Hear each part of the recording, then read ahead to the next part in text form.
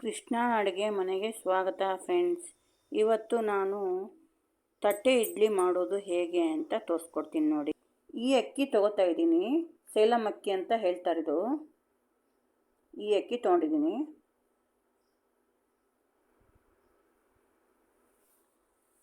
ಸೇಲಂ ಅಕ್ಕಿನ ನಾನು 3 ಬಟ್ಲು ಹಾಕ್ತಾಯಿದ್ದೀನಿ. ಈ ಬಟ್ಲಿಂದ 3 ಬಟ್ಲು ಹಾಕ್ತಿದ್ದೀನಿ. ನಿಮಗೆ ಎಲ್ಲ ಕಿರಾಣಿ ಶಾಪಲ್ಲೂ ಸೇಲಂ ಅಕ್ಕಿ ಅಂತ ಹೇಳಿದ್ರೆ ಕೊಡ್ತಾರೆ, ಇಲ್ಲ ಇಡ್ಲಿ ಅಕ್ಕಿ ಅಂತ ಹೇಳಿದ್ರೂ ಕೊಡ್ತಾರೆ ನಿಮಗೆ. 3 ಬಟ್ಲು ನಾನು ಸೇಲಂ ಅಕ್ಕಿ ಹಾಕ್ಕೊಂಡಿದ್ದೀನಿ.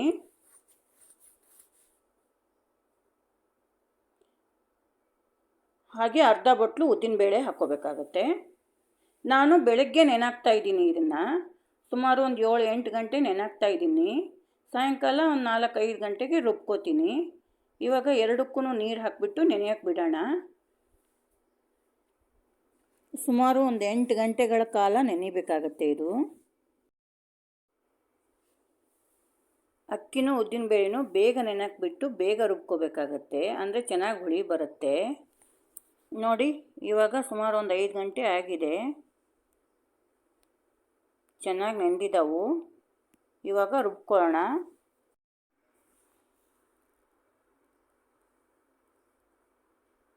ಅಕ್ಕಿನ ಬೇಳೆನ ಎಲ್ಲ ಚೆನ್ನಾಗಿ ತೊಳೆದುಬಿಟ್ಟು ನೀರನ್ನ ಬಸ್ಕೊಂಡು ಬಂದಿದ್ದೀನಿ. ಬೇರೆ ನೀರು ಹಾಕಿಬಿಟ್ಟು ರುಬ್ಕೋತೀನಿ. ಇವಾಗ ಒಂದು ಜಾರ್ ತಗೊಂಡೆ.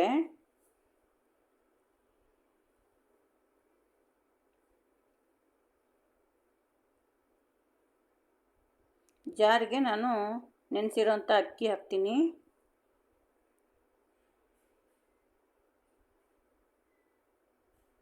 ಹಾಗೆ 1 ಸ್ಪೂನು ನೆನೆಸಿರೋಂಥ ಉದ್ದಿನಬೇಳೆ ಹಾಕ್ತೀನಿ.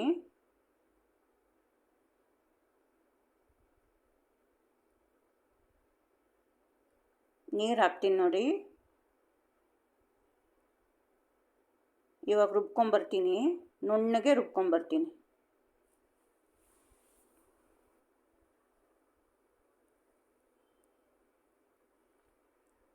ನೋಡಿ, ಇವಾಗ ಎಷ್ಟು ನುಣ್ಣಗೆ ರುಬ್ಕೊಂಬಂದಿದ್ದೀನಿ. ರುಬ್ಬಿದ್ದು ಒಂದು ಪಾತ್ರೆಗೆ ತೆಕ್ಕೊಂಬಿಡ್ತೀನಿ.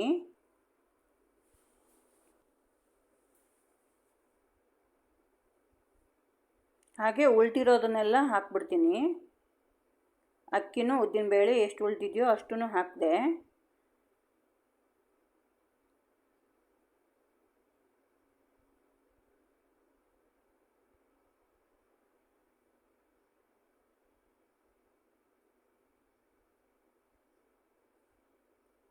ಅದನ್ನು ಇವಾಗ ರುಬ್ಕೊಂಡು ಬರ್ತೀನಿ.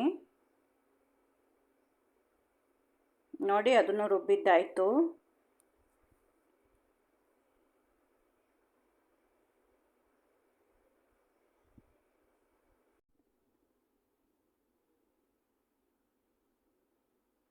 ಹಾಗೆ ಇಲ್ಲಿ ನೋಡಿ, ಒಂದು ಅರ್ಧ ಜಾರ್ ಅನ್ನ ತೊಗೊಂಡಿದ್ದೀನಿ. ಅದನ್ನು ರುಬ್ಕೊಂಡು ಬಂದು ಹಾಕ್ತಾಯಿದ್ದೀನಿ ನೋಡಿ. ಒಂದು ಅರ್ಧ ಜಾರು ಅನ್ನನ ರುಬ್ಬಿ ಹಾಕ್ತಾಯಿದ್ದೀನಿ.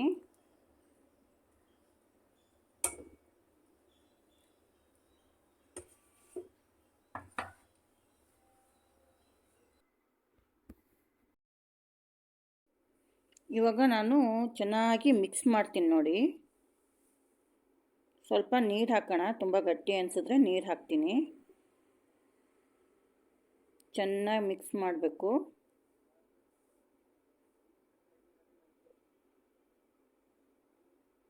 ಹಾಗೆ ಒಂದು ತಟ್ಟೆ ಇಟ್ಕೊಂಡಿದ್ದೀನಿ. ಆ ತಟ್ಟೆ ಮೇಲೆ ಈ ರುಬ್ಬಿರೋಂಥ ಹಿಟ್ಟು ಇಡ್ತೀನಿ. ಅದ್ರ ಮೇಲೆ ಒಂದು ಮುಚ್ಚಳ ಮುಚ್ತೀನಿ. ಏಕೆ ಅಂದರೆ ಹುಳಿ ಬಂತು ಅಂತಂದರೆ ಆ ತಟ್ಟೆ ಮೇಲೆ ಚೆಲ್ಲುತ್ತೆ. ಅದಕ್ಕೋಸ್ಕರ ಕೆಳಗಡೆ ಒಂದು ತಟ್ಟೆ ಇಡ್ತೀನಿ, ಮೇಲೆ ಒಂದು ಮುಚ್ಚಳ ಮುಚ್ತೀನಿ. ಇದನ್ನು ಓವರ್ ನೈಟು ಇಟ್ಬಿಡಬೇಕು. ನೋಡಿ, ಇವಾಗ ಬೆಳಗ್ಗೆ ಆಗಿದೆ, ಹಿಟ್ಟು ಹೇಗೆ ಹುಳಿ ಬಂದಿದೆ ಅಂತ. ಇವಾಗ ನಾನು ಉಪ್ಪು ಹಾಕ್ತೀನಿ. ಎಷ್ಟು ಬೇಕಾಗುತ್ತೋ ಅಷ್ಟು ಉಪ್ಪು ಹಾಕ್ತೀನಿ.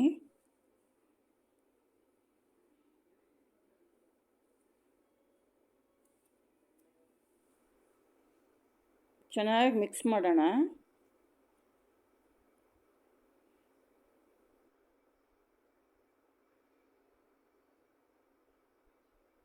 ಇವಾಗ ನೋಡಿ, ತಟ್ಟೆ ಇಡ್ಲಿ ಸ್ಟ್ಯಾಂಡ್ ತೊಗೊಂಡಿದ್ದೀನಿ. ಇದು 4 ಪ್ಲೇಟಿಂದಿದೆ ನನ್ನ ಹತ್ರ. ಇದು ನಿಮಗೆ 5 ಪ್ಲೇಟಿಂದು ಸಿಗುತ್ತೆ, 6 ಪ್ಲೇಟಿಂದು ಸಿಗುತ್ತೆ. ನಿಮಗೆ ಎಷ್ಟೊಂದು ಬೇಕು ಅಷ್ಟೊಂದು ತೊಗೋಬೋದು. ನಾನು ಎಲ್ಲದಕ್ಕೂ ಎಣ್ಣೆ ಹಾಕ್ತೀನಿ. ಎಲ್ಲದಕ್ಕೂ ಎಣ್ಣೆ ಹಾಕಿಬಿಟ್ಟು ಎಲ್ಲ ಪ್ಲೇಟಿಗೂ ಸ್ಪ್ರೆಡ್ ಮಾಡ್ತೀನಿ ನೋಡಿ.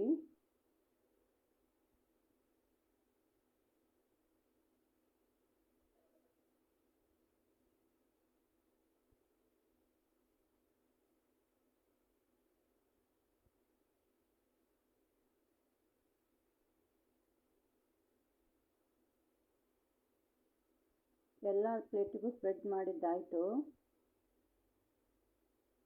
ಇವಾಗ ಹಿಟ್ಟು ಹಾಕ್ತೀನಿ ನೋಡಿ. 2 ಸೌಟು ಹಿಟ್ಟು ಹಾಕಬೇಕಾಗತ್ತೆ. 3 ಸೌಟು ಹಾಕ್ಬಿಟ್ರೆ ತುಂಬ ದಪ್ಪ ಆಗಿಬಿಟ್ಟು ಚೆನ್ನಾಗಾಗಲ್ಲ, ಹಸಿ ಹಸಿ ಉಳಿಯುತ್ತೆ. 2 ಸೌಟು ಹಾಕಿದ್ರೆ ಸಾಕಾಗತ್ತೆ. ಎಲ್ಲದಕ್ಕೂ 2 ಸೌಟು ಹಾಕ್ತೀನಿ ನೋಡಿ.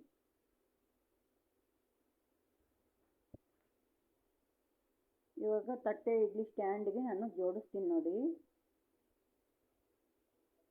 ಒಂದೊಂದೇ ಜೋಡಿಸ್ತಾ ಇದ್ದೀನಿ.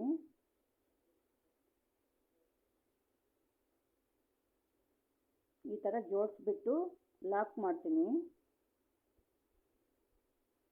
ಇವಾಗ ಒಂದು ಇಡ್ಲಿ ಪಾತ್ರೆ ಇಟ್ಕೊಂಡಿದ್ದೀನಿ, ಹಾಗೆ ಅದಕ್ಕೆ ಹುಣಸೆಹಣ್ಣು ಹಾಕಿಟ್ಟಿದ್ದೀನಿ. ಈ ಇಡ್ಲಿ ಸ್ಟ್ಯಾಂಡ್ನ ಅದರಲ್ಲಿ ಇಳಿಸ್ಬಿಡ್ತೀನಿ. ಮೇಲೊಂದು ಮುಚ್ಚಳ ಮುಚ್ತೀನಿ. ಒಂದು 10-15 ಮಿನಿಟ್ಸ್ ಬೇಕಾಗುತ್ತೆ ಅದು ಬೇಯೋಕ್ಕೆ.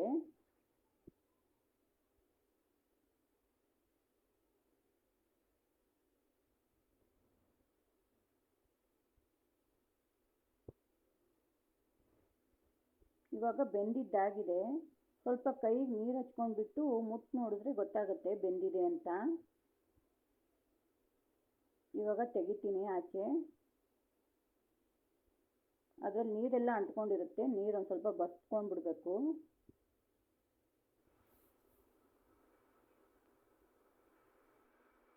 ತಟ್ಟೆ ಇಡ್ಲಿ ಸ್ಟ್ಯಾಂಡು ಆಚೆ ತೆಗೆದಿದ್ದೀನಿ. ಇವಾಗ ಲಾಕ್ ಓಪನ್ ಮಾಡಿಬಿಟ್ಟು ಎಲ್ಲ ತಟ್ಟೆಗಳನ್ನು ಆಚೆ ತೆಗಿತೀನಿ. ಒಂದೊಂದಾಗಿ ಆಚೆ ತೆಗಿತೀನಿ.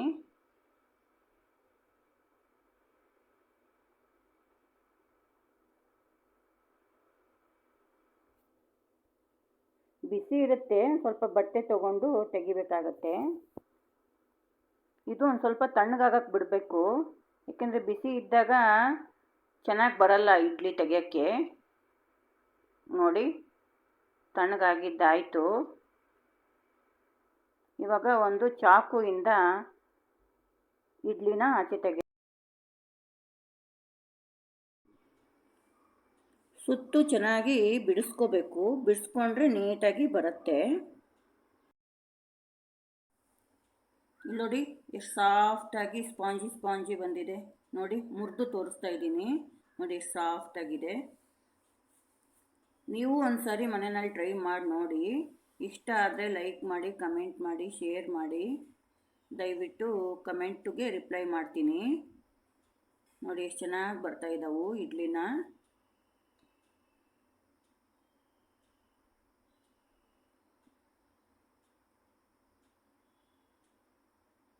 ಇವಾಗ ಎಲ್ಲ ಇಡ್ಲಿನೂ ತೆಕ್ಕೊಂಡಿದ್ದಾಯಿತು